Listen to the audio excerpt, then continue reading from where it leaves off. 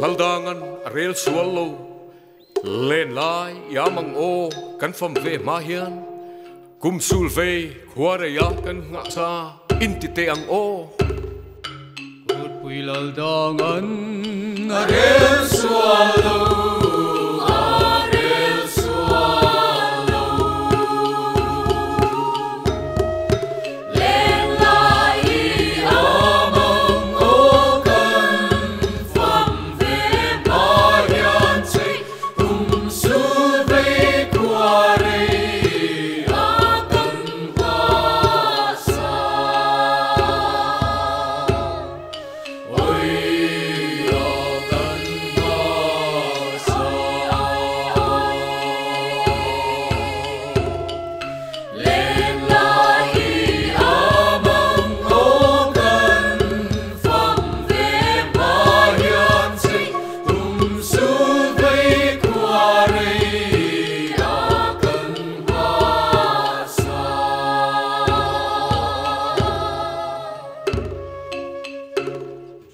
leng le vanga ngai o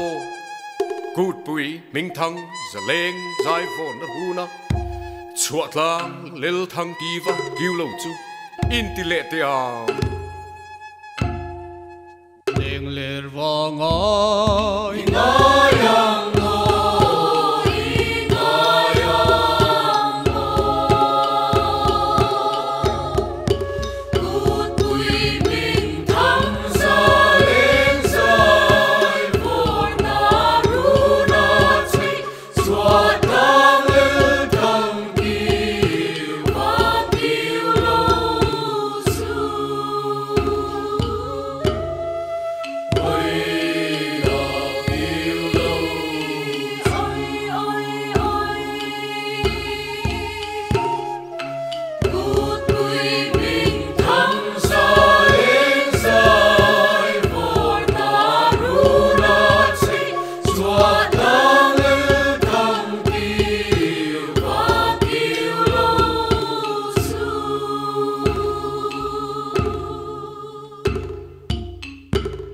gut pui kal liam tu apoi mange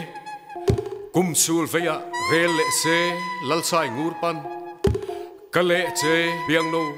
tinual turin inti som le teng o Kut pui kal liam tu apoi mange